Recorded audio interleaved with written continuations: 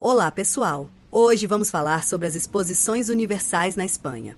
Isso é realmente interessante porque, embora muitas pessoas estejam familiarizadas com as exposições universais nos Estados Unidos, como as de Chicago ou São Francisco, a Espanha teve seu próprio conjunto de exposições, que, por sua vez, tem sua própria lista de peculiaridades.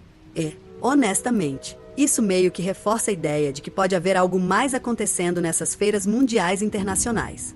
Se você é novo nesse assunto, deixe-me explicá-lo brevemente. As exposições universais são um tema popular na história alternativa devido à notável quantidade de inconsistências na narrativa dominante. Historicamente, as exposições universais eram grandes vitrines internacionais onde as nações se reuniam para exibir suas conquistas tecnológicas e culturais. Pavilhões enormes, arquitetura elaborada, cidades inteiras erguidas em períodos de tempo surpreendentemente curtos, como a Feira Mundial de Chicago, construída em menos de 2 anos. E parece impressionante até você realmente começar a investigar. A versão oficial é que a maioria dessas estruturas foi feita com materiais temporários, como madeira e gesso.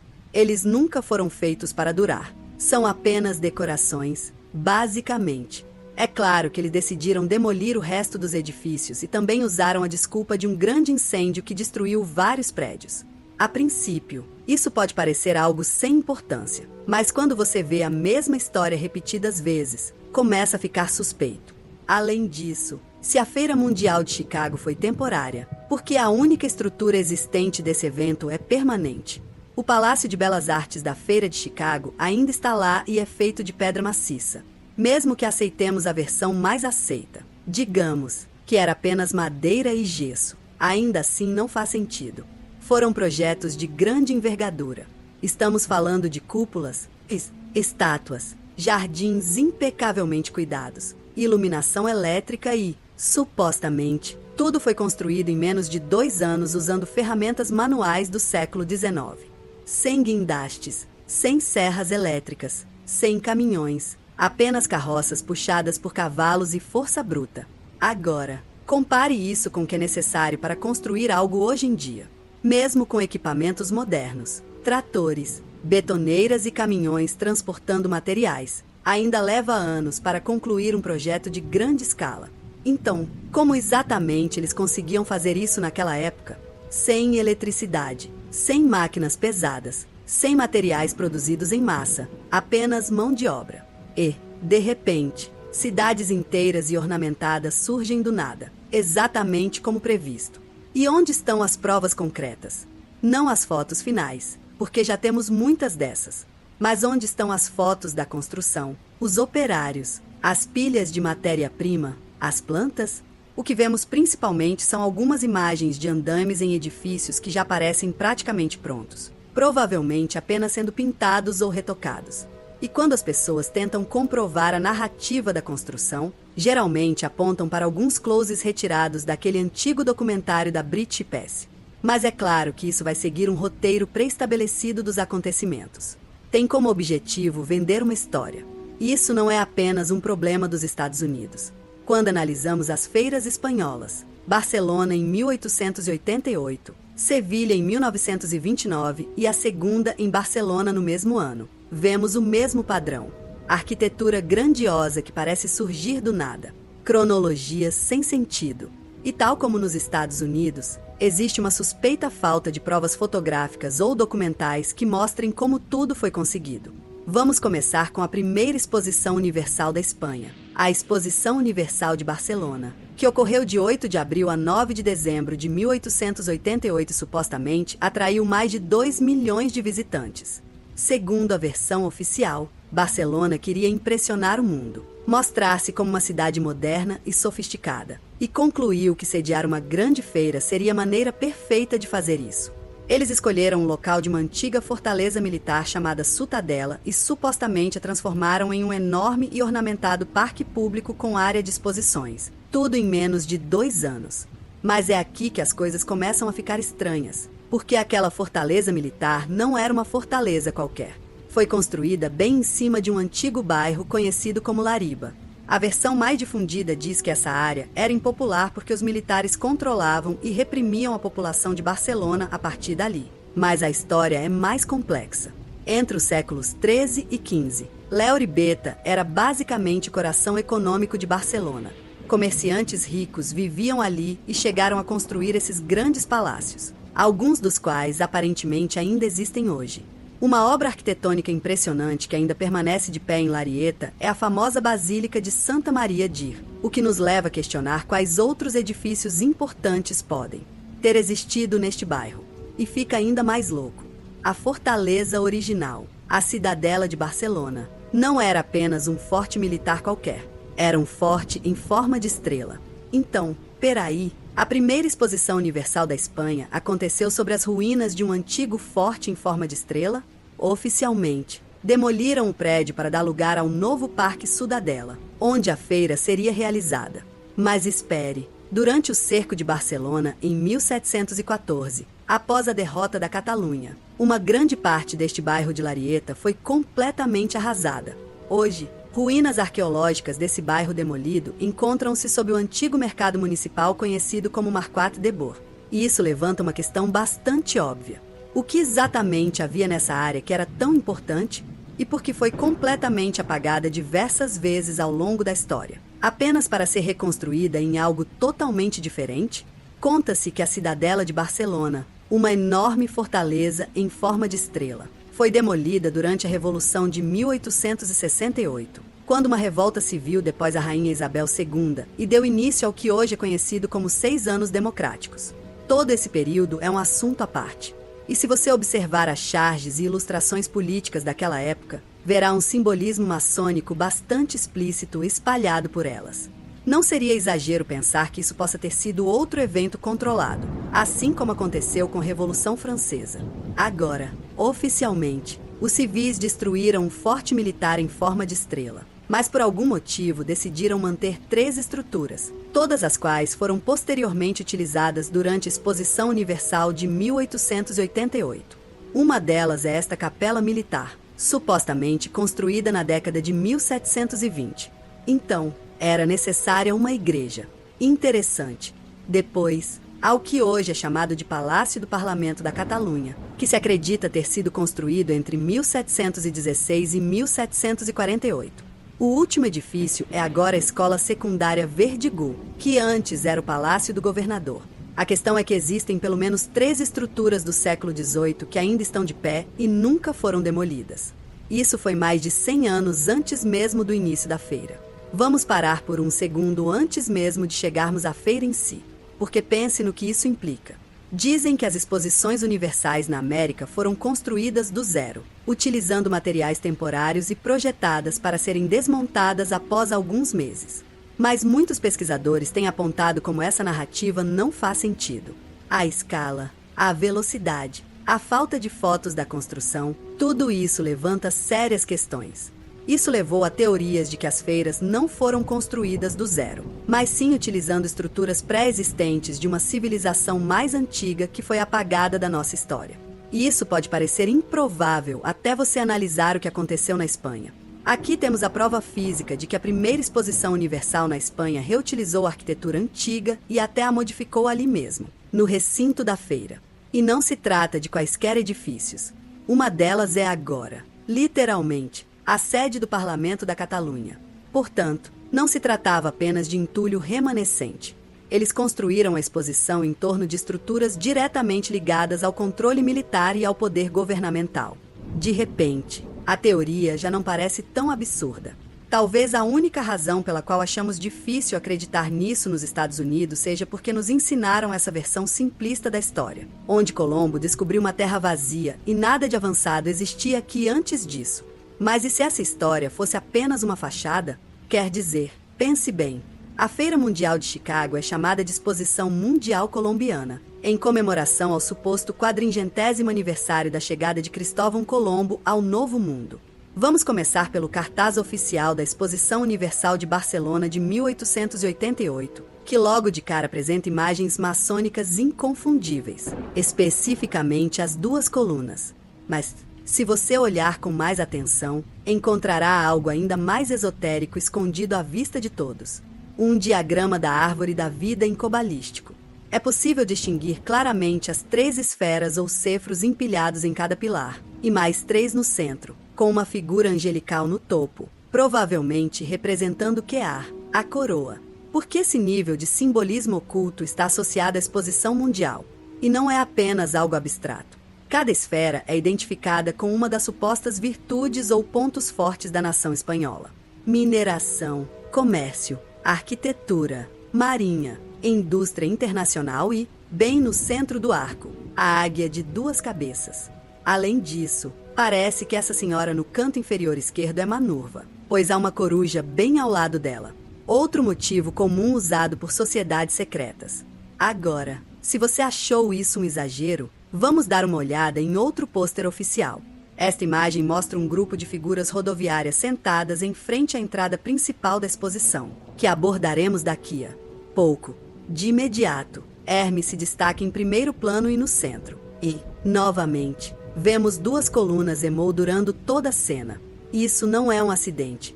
Na parte inferior, há um par de compassos invertidos com que parece ser um motivo de vela ou tocha no centro.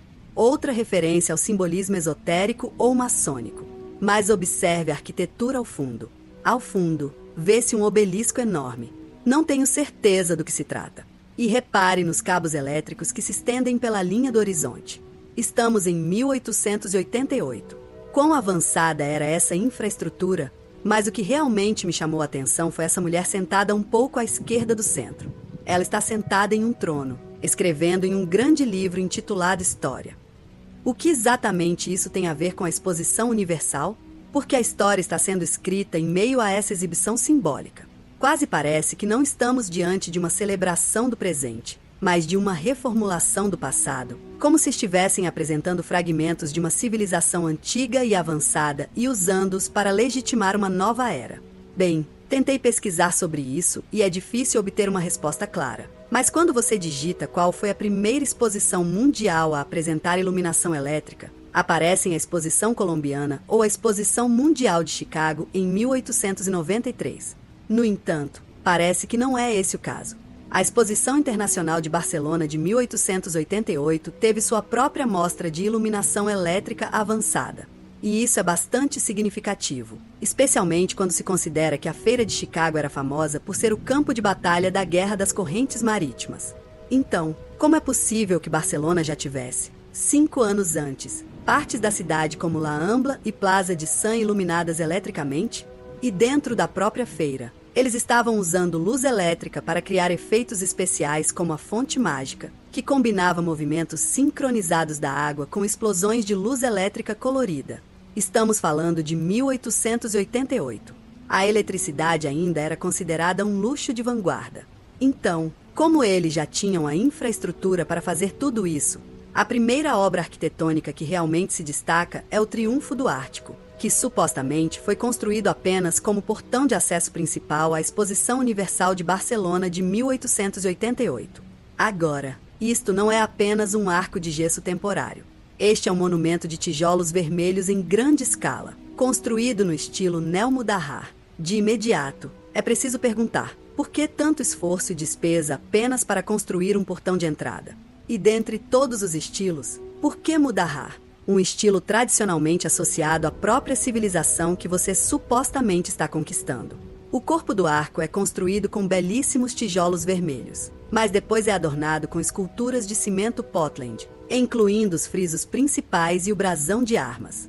Essa parte parece ter sido acrescentada de forma improvisada, como se a estrutura básica já existisse antes e eles apenas a enfeitassem para a feira.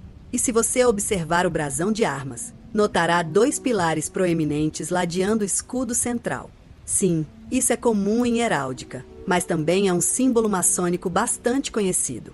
E pendurado na corrente abaixo está algo que ninguém conseguiria pegar: um velo de ouro, emblema da Ordem do Velo de Ouro, uma ordem xiita secreta ligada à realeza europeia, à maçonaria e aos templários. Então, mais uma vez, o que tudo isso tem a ver com uma suposta exposição cultural? Você também tem 2 leões sustentando o brasão. Mas se você voltar ao pôster original, verá que o design e a tensão podem ter sido inspirados em grifos. E depois há esses morcegos assustadores. Sim, morcegos de verdade que parecem estar sustentando o arco com o brasão das províncias da Espanha. Talvez seja só impressão minha. Mas por que morcegos estariam guardando a entrada de uma exposição mundial? Há algo de misterioso e simbólico nessa escolha. Agora, eles têm toda uma história por trás disso, mas eu não sei. Tenho a impressão de que há algo mais por trás disso. Supostamente, era um símbolo de Jaime I de Aragão porque o morcego pousou em sua bandeira e ele interpretou isso como um sinal. Algumas versões dizem que o morcego alertou o rei sobre um ataque surpresa dos mouros ou do Sari. Parece uma lenda inventada, mas esse tipo de coisa é comum na heráldica espanhola. E há algo perturbador nisso. Curiosamente, antes do morcego, era na verdade um dragão. Então talvez o simbolismo esteja ligado a algo completamente diferente. Talvez seja um assunto um pouco profundo demais para esta discussão. Toda a estrutura é imponente e tem um aspecto luxuoso, muito além do que se esperaria de algo que deveria ser apenas um ponto de entrada decorativo. E, como veremos mais adiante, problemas orçamentários afetam a exposição do início ao fim. De onde veio esse dinheiro? E, mais importante ainda, será que isto foi realmente construído para exposição, ou a exposição é um pretexto para reintroduzir ou reaproveitar algo que já existia aqui? Em seguida, vem o Cascada Monumental. Disse que sua construção foi iniciada em 1875 e concluída a tempo para a exposição de 1888. Trata-se de uma enorme estrutura com fonte e cascata localizada no Parque da Cidadela, supostamente inspirada na Fontana de Trèveris, em Roma. O conjunto todo é composto por estátuas bastante elaboradas, um arco triunfal e trabalhos em pedra ornamentados. Mas o que é estranho é que nas fotos mais antigas que consegui encontrar, não há água. Então, será que era mesmo uma fonte funcional originalmente? Além disso, a primeira coisa que chama atenção são as esculturas logo na entrada. Dragões e grifos. Caso você não saiba, esses são símbolos usados nas bandeiras da Tartária. Portanto, é definitivamente estranho vê-los em destaque aqui. E também notaremos seu surgimento em outros lugares. Outro detalhe curioso é que supostamente havia um aquário construído na parte de trás da cachoeira, mas não consegui encontrar nenhuma foto desse aquário, nenhuma imagem dos tanques, dos peixes, nada. E, no entanto, acima de uma das portas, é possível ver claramente a palavra aquário. E na época até havia um folheto publicitário sobre o produto. Então, o que realmente estava acontecendo aqui? E por que existe tão pouca documentação sobre algo que deveria ter sido uma grande atração? Em seguida, temos o Monumento a Colombo. E, mais uma vez, vemos uma exposição universal diretamente ligada ao símbolo da conquista e da descoberta. É um monumento de 61 metros de altura que supostamente foi construído especificamente para a exposição de 1888. Dizem que a construção começou em 1882 e levou 6 anos para ser concluída. O financiamento, bem, segundo a versão oficial, foi uma mistura de doações privadas e fundos públicos. Parece conveniente, mas o que é estranho é que esta parece ser a única estrutura da feira com fotos reais da construção. E mesmo assim, só existem 2. Uma delas mostra a estrutura básica antes da colocação da coluna, mas apresenta alguns problemas estranhos de exposição. Céu clássico de baunilha. E tudo parece encenado. A segunda imagem é apenas um close da estátua de Colombo antes de ser removida. Mas, novamente, onde está o processo em si? Onde está a foto deles colocando a coluna? Teria sido um momento muito importante.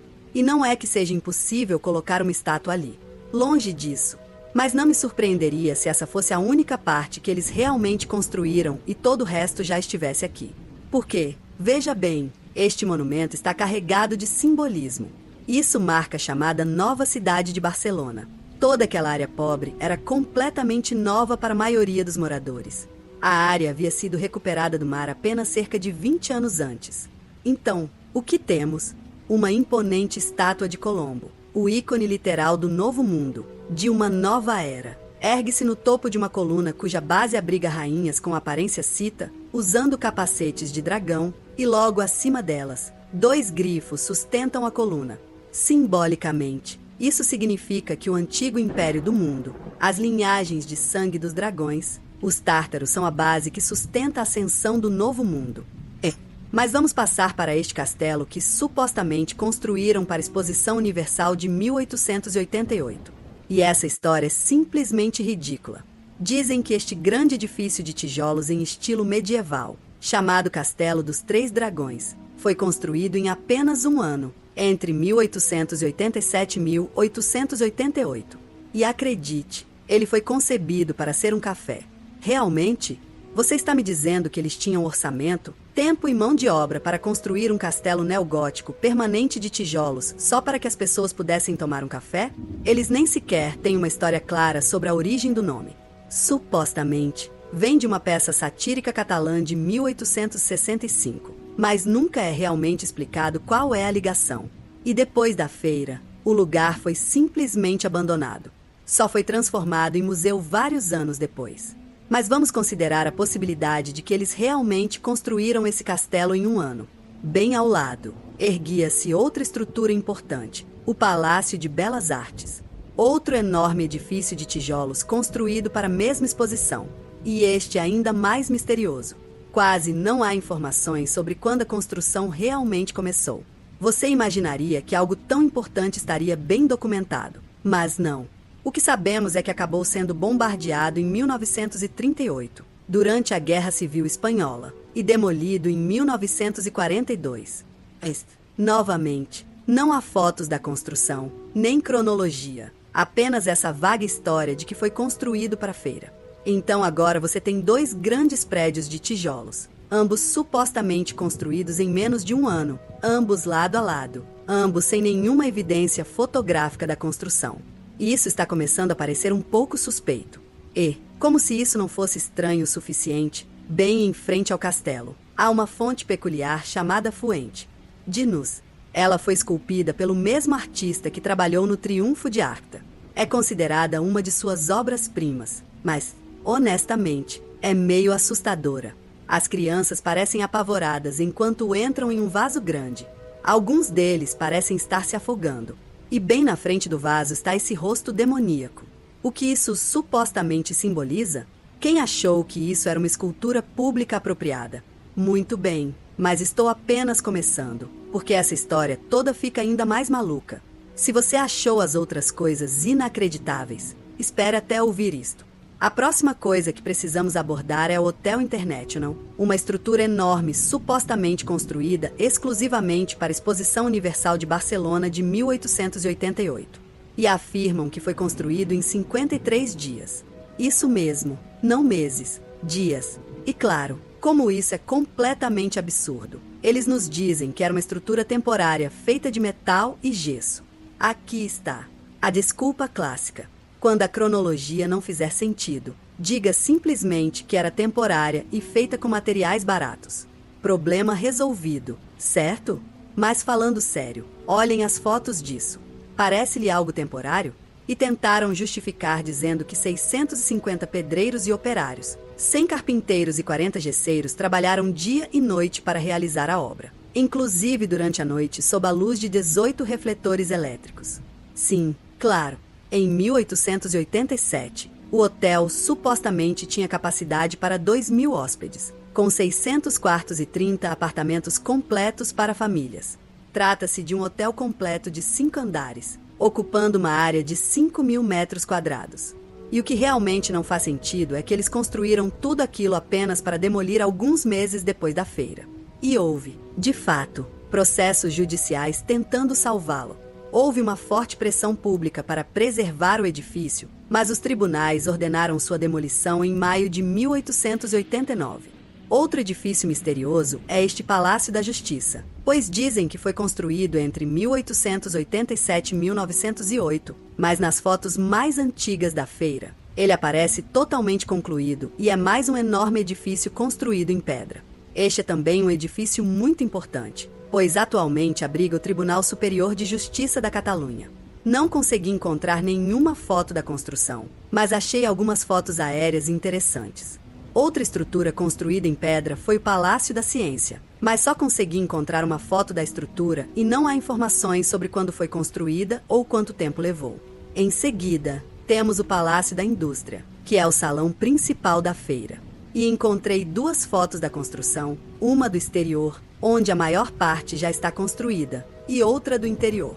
Mas, novamente, parece que estão fazendo reformas e convertendo uma estrutura anterior em vez de construir do zero. O que acho interessante é que quase não existem fotos do evento em si, com pessoas nos corredores. Existem algumas fotos de multidões em torno de algum tipo de congregação religiosa, mas, na maior parte, as fotos que temos são apenas gravuras, e as fotos que possuímos mostram um local vazio. Não há detalhes sobre quando a construção começou, mas toda a estrutura abrangia aproximadamente 70 mil metros quadrados e era ladeada por 2 torres, cada uma com 48 metros de altura, que abrigavam grandes holofotes elétricos. Foi demolido em 1930 e o local é agora ocupado pelo Jardim Zoológico de Barcelona. Agora, antes de prosseguirmos, há mais uma coisa que eu queria mencionar que é meio estranha. Aparentemente, existe uma lenda urbana de que a Câmara Municipal de Barcelona recebeu a oferta de ficar com a Torre Eiffel antes de ela ser oferecida a Paris. Supostamente, a proposta inicial era construí-lo exatamente onde hoje se encontra o Arc de Triomphe, mas conta-se que a ideia foi rejeitada, e o projeto acabou sendo construído em Paris. Hoje, as autoridades afirmam que a história é falsa, mas vamos analisá-la mesmo assim. A Torre Eiffel foi inaugurada na Exposição Universal de Paris de 1889, literalmente um ano depois da Exposição de Barcelona de 1888. E independentemente de terem ou não rejeitado a torre, sabemos que Barcelona estava considerando 3 propostas diferentes, todas capazes de rivalizar com a Torre Eiffel. A primeira chamava-se Torre Lapierre, uma estrutura de madeira de 200 metros proposta por um grupo francês. E eles queriam fazer isso de madeira. Se você observar os esboços, verá que na verdade se parece mais com uma versão moura da Torre de Babel, no estilo Mudahar, do que qualquer outra coisa. Dizem que essa era uma proposta séria e que chegou a ser aprovada, mas que tiveram que cancelá-la por ser muito cara. O que é estranho, já que a ideia era usar madeira, e não aço ou ferro. Então, qual poderia ter sido o preço real? Depois, a Torre Condal, uma torre em estilo farol feita de ferro, pedra e tijolo. Esta estrutura teria 210 metros de altura, e parece que eles estavam falando sério. Também foi aprovado, mas, aparentemente, o projeto nunca se concretizou porque não conseguiram decidir sobre a localização. Sério, você aprova uma torre enorme e depois se esquece de decidir onde vai colocá-la? Isso não faz muito sentido. No entanto, existem folhetos e ilustrações da época que mostram essa torre, ou algo suspeitosamente semelhante, sendo promovida ao fundo de imagens de videodutos e parques de diversões. De qualquer forma, eles estavam planejando isso ou estavam acobertando alguma coisa. E depois a mais insana de todas, a Torre Carbonel. Supostamente, esta seria mais alta que a Torre Eiffel. Disseram que teria 350 metros de altura, o que a teria tornado a estrutura mais alta do mundo naquela época. E acreditem, eles afirmaram que poderia ser construído em apenas 2 meses e meio, que foi publicado no Vanguardia em 27 de fevereiro de 1888. Mas, novamente, nos dizem que foi cancelado devido à falta de verbas públicas. Então, você tinha todos esses grandes sonhos, 3 torres enormes, algumas delas supostamente aprovadas, e de repente você simplesmente não tinha mais dinheiro para realizá-las. Então, por que se dar ao trabalho de projetá-los, aprová-los e promovê-los? Dá quase a impressão de que algumas dessas torres podem realmente ter existido e que essas propostas foram apenas uma maneira conveniente de explicá-las. Ou talvez tenham sido reaproveitadas ou demolidas antes que o público percebesse. De qualquer forma, tem algo de errado aqui. Agora, vamos dar um passo atrás por um segundo e pensar no panorama geral. Estamos falando de uma cidade que acabará de passar por uma grande reformulação política. Apenas 20 anos depois de uma revolução literal que destronou a rainha e mudou completamente o governo. Supostamente, este era um período de instabilidade, falências e dificuldades econômicas. No entanto, de alguma forma, eles estão aqui promovendo uma das exposições internacionais mais extravagantes da Europa. De onde surgiu esse dinheiro de repente? Financiamento público. Ok, claro, eles até admitem que houve problemas de orçamento e cortes de última hora em todos os setores.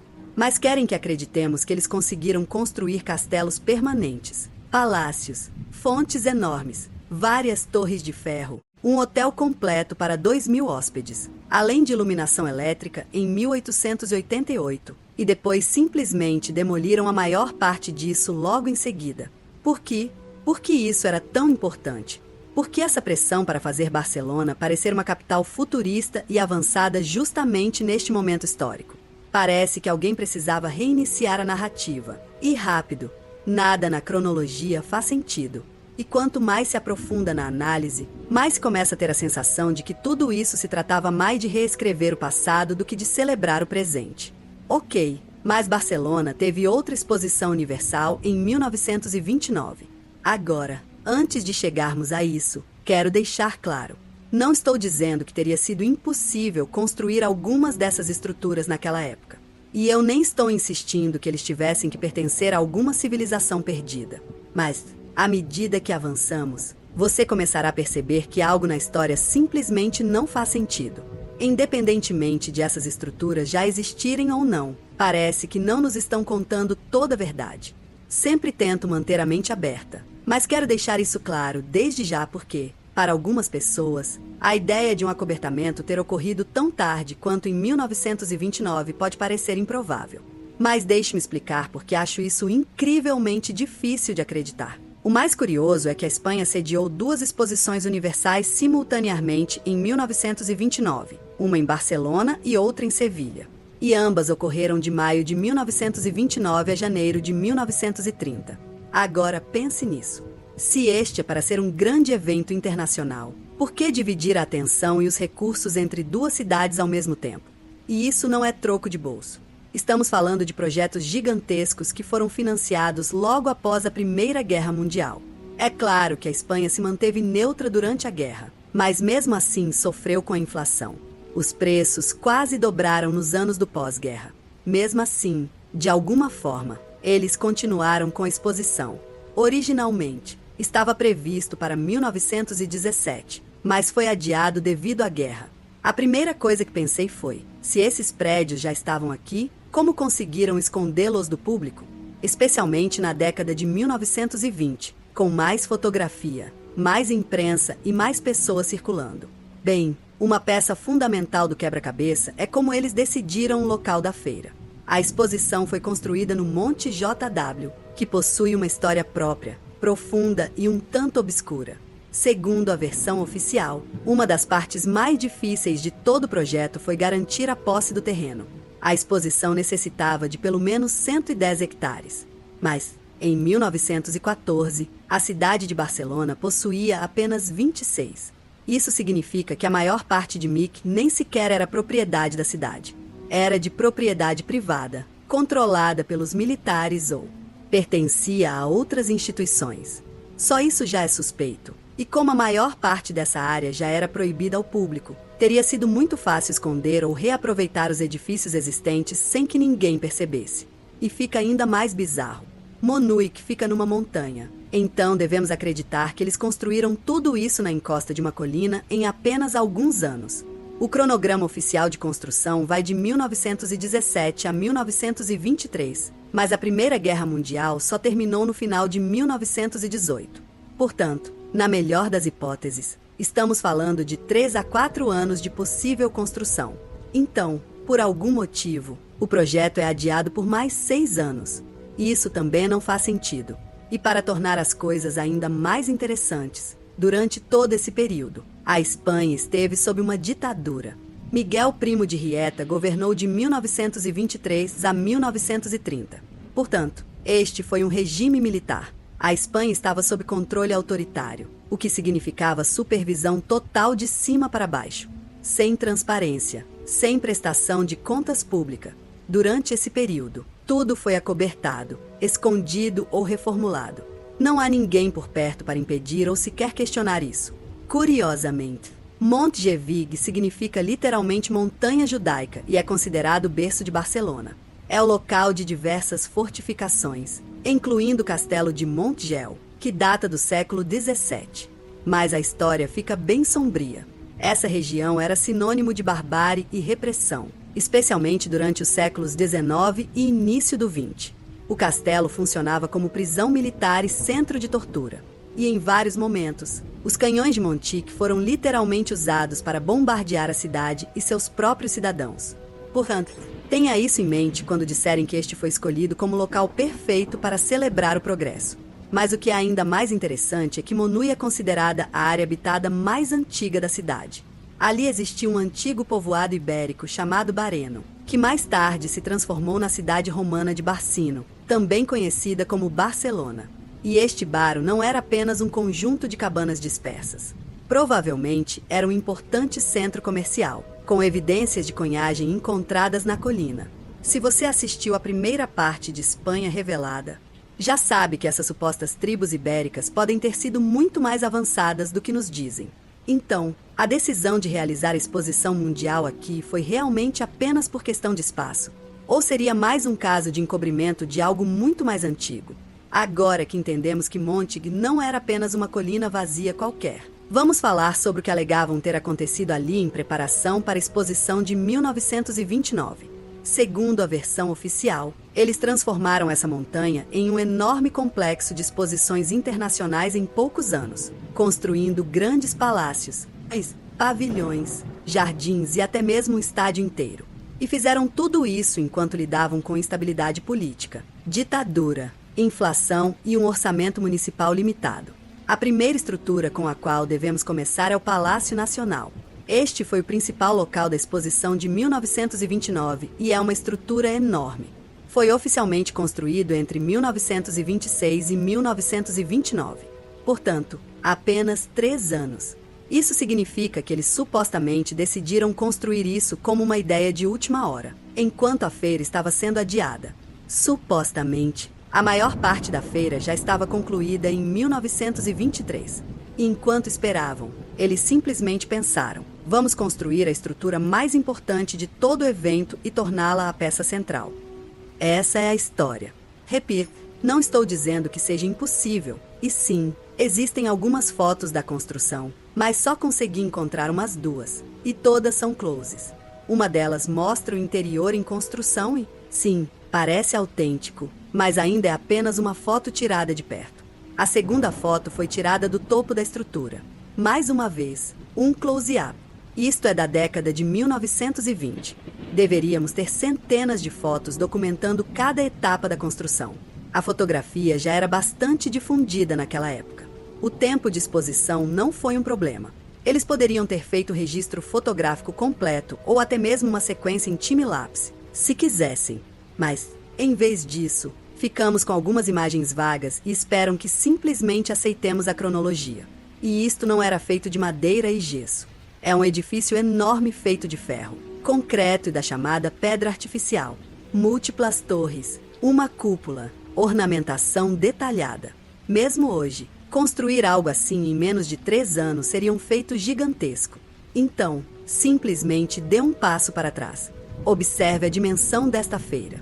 Você está me dizendo que eles construíram tudo isso? Até mesmo a Plaza de Hispana foi um empreendimento gigantesco. E quase não recebemos fotos disso também. Existe uma imagem de 1926 onde supostamente a obra está pela metade. Mas espere aí, se a construção do palácio começou em 1926, como é que já está pela metade? Isso foi antes mesmo de as torres venezianas serem erguidas. Então, de repente, recebemos uma foto da estrutura finalizada, com todos os andaimes. E quero enfatizar novamente, não estou dizendo que isso não poderia ter sido feito na década de 1920, mas algo em toda essa história está errado. Curiosamente, existem esses 4 pilares e acho essa história muito estranha. Então, supostamente, 4 colunas foram construídas. Em uma das fotos antigas, é possível ver que eles pintaram pessoas nelas. Por quê? Quem sabe? Mas é evidente que eles já faziam manipulação de fotos naquela época. Então, por alguma razão inexplicável, demoliram essas colunas em 1928, pouco antes da feira. A versão oficial diz que o ditador Primo de Rivera ordenou que fossem removidos, mas não há nenhuma razão concreta apresentada. Por que removê-los justamente antes de uma grande exposição internacional? E, para mim, essas colunas não parecem ser recém-construídas. Na foto antiga, eles já parecem muito velhos. Talvez fossem pilares antigos de verdade. sobre os quais eles não queriam que as pessoas fizessem muitas perguntas. E além de tudo que já falamos, eles supostamente construíram vários palácios e pavilhões para a feira, incluindo o Palácio da Imprensa, feito de tijolos, o Palácio da Agricultura, o Palácio da Química, o Palácio da Arte Moderna, o Palácio da Arte Têxtil, o Palácio da Projeção, o Palácio das Artes Decorativas e Aplicadas e o Palácio dos Conselhos Provinciais. Você está começando a perceber por que isso soa insano, e isso nem inclui todos eles. Existem ainda mais pavilhões, mas um em particular chamou muito a minha atenção, o chamado Pavilhão Belga. Quase não há informações sobre isso. Não há data definida para o início ou término da construção. Nas fotos mais antigas que consegui encontrar, já parecia incrivelmente antigo.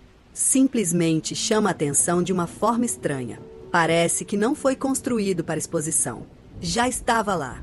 E além disso, aparentemente eles até construíram um estádio olímpico em um único ano. E isso parece um exagero para um simples estádio. Mas aparentemente eles tinham um orçamento infinito aqui. Por quê? Afinal, por que não? Isso praticamente conclui a maior parte da visita ao recinto da feira. Você teve novamente a fonte mágica com o espetacular show de cores e a coreografia da água.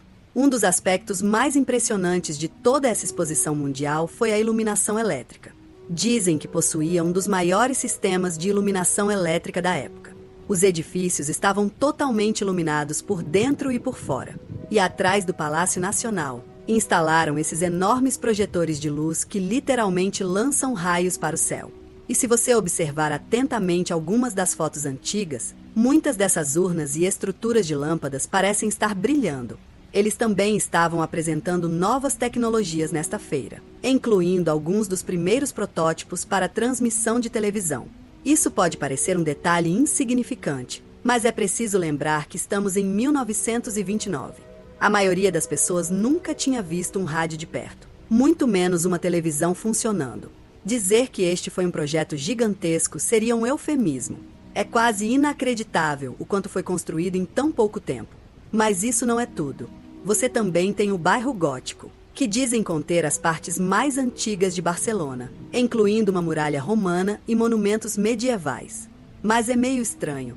Dizem que muito do que vemos hoje foi, na verdade, reconstruído no início do século XX para a Exposição Universal de 1929. Supostamente, fazia parte de um grande esforço de restauração para tornar a cidade impressionante para os visitantes internacionais e para a mídia mundial. Uma coisa que me chamou a atenção foi a Catedral de Barcelona. Agora, isto é de outro nível, remontando ao século XIII. Há muita coisa para analisar nesse assunto.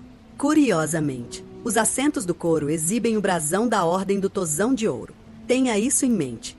Mas o que é estranho é que dizem que a catedral foi renovada entre 1880 e 1920. E supostamente era assim que ela se parecia em 1880, antes da adição da fachada neogótica. Mas aí você vê fotos da década de 1900 e basicamente são feitas com céus clássicos. Sem graça. Mais estranho ainda, existe uma gravura de 1850 que mostra a fachada já existente. Então, qual é a resposta? Como foi que desapareceu em 1880 e reapareceu em 1900? E há uma foto de 1890, onde as pessoas realmente parecem ter sido pintadas. Mas devemos acreditar que a situação mudou de uma coisa para outra em menos de 10 anos, quando já existia em 1850. A cronologia não bate. Mas outra coisa interessante é que existem vários motivos de grifo por toda a catedral. Um está atacando um cordeiro e o outro está em combate com um soldado. Existe algum simbolismo aqui? Os grifos representam algum grupo específico? Encontrei uma fonte que afirma que o grifo representa os mouros e o cordeiro simboliza o cristianismo. Mas aí você vê um soldado, aparentemente, também a um sarem lutando contra o grifo. Afinal, o que o grifo realmente representa?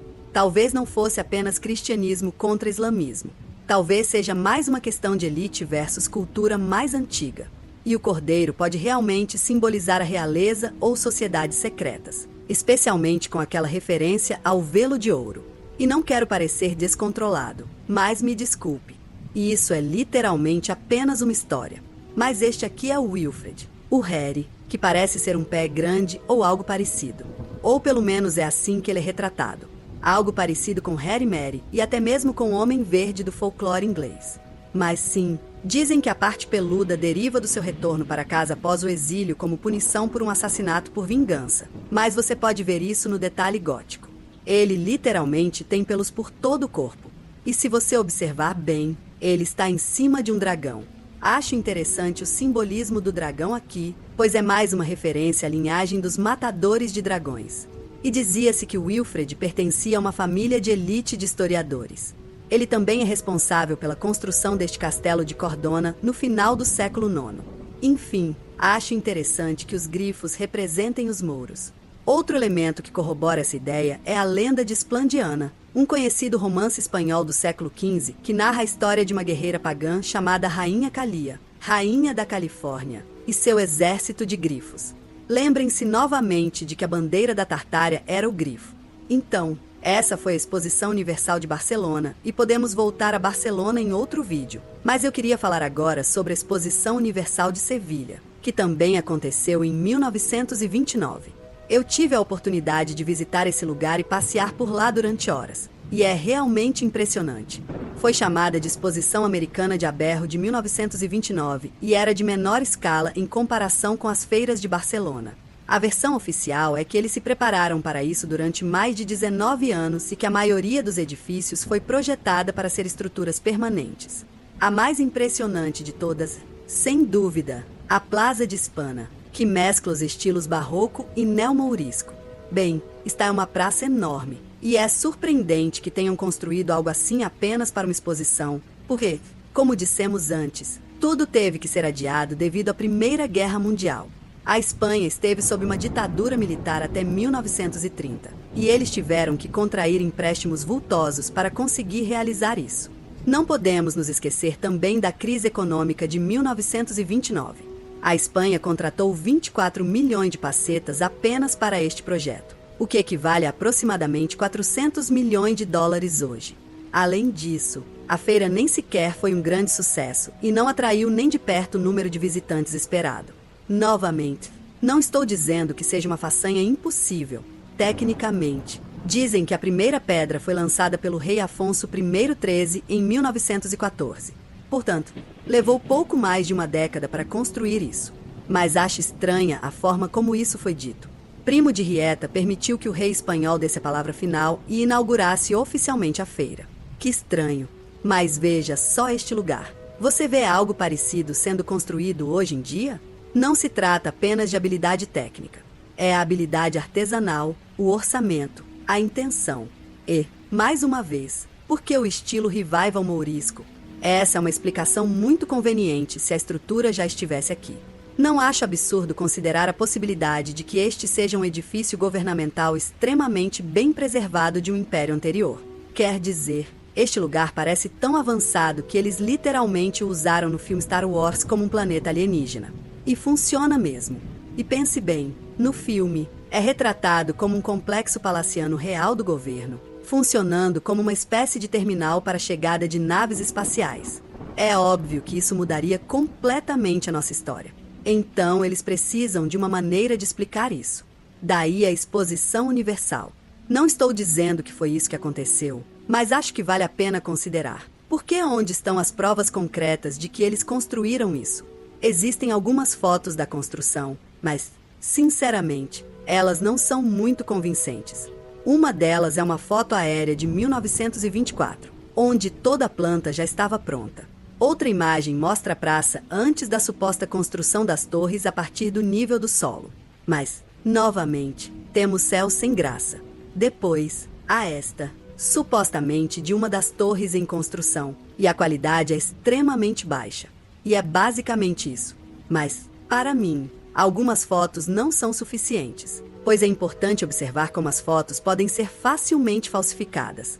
Mas para um projeto desta escala na década de 1920, seria de esperar centenas de fotos detalhadas da construção. Não acho que seja pedir muito. E não nos esqueçamos que, se essa estrutura já existisse e eles estivessem tentando vender uma história diferente, falsificar algumas imagens encenadas não seria difícil. Enquanto procurava fotos antigas, encontrei esta, também datada de 1924. o mesmo ano da foto aérea. É possível ver claramente que a praça está concluída, mas a parte da água ainda não está pronta. E de alguma forma a torre já está completamente terminada. Além disso, observe atentamente a escadaria. Você vê a folhagem subindo pela coluna. Vinhas. Por que isso aconteceria em uma estrutura totalmente nova? Eles adicionaram isso intencionalmente ou já estava lá? Porque se fosse uma construção recente, esse tipo de crescimento ainda não deveria existir. Por que isso estaria ali se está uma estrutura totalmente nova? Eles adicionaram ou cresceu naturalmente? Então, eu não acredito na versão oficial aqui. Dá a mesma impressão de que algo está sendo mantido em segredo. E não é apenas uma praça. Vários pavilhões permanentes foram construídos exclusivamente para esta feira. Tudo igualmente impressionante. Novamente, é preciso analisar o quadro completo. A Espanha não estava apenas construindo uma exposição mundial. Eles estavam construindo 2 exatamente ao mesmo tempo. Ambas em cidades com raízes antigas profundas e ambas envolvendo projetos de construção massivos que supostamente foram concluídos em tempo recorde. Não se tratavam de pavilhões de madeira ou fachadas de gesso. Eram palácios de pedra imponentes, praças, estádios e bairros inteiros, estruturas permanentes. E tudo isso acontecia numa época em que a Espanha estava sob uma ditadura militar, o que significava um rígido controle sobre a informação e os meios de comunicação. Se alguma vez houve um momento para apagar ou reformular partes da história sem causar reação negativa do público, esse momento era agora. E a questão mais importante é, por que ir a tais extremos? Por que um país em crise econômica, se recuperando de uma crise inflacionária induzida pela guerra sob uma ditadura, despejaria o equivalente moderno a centenas de milhões de dólares em 2 exposições consecutivas? Quem se beneficia com isso? Será que se tratava realmente de turismo e orgulho? Ou havia algo sendo escondido à vista de todos? Essas exposições parecem menos celebrações e mais apresentações teatrais.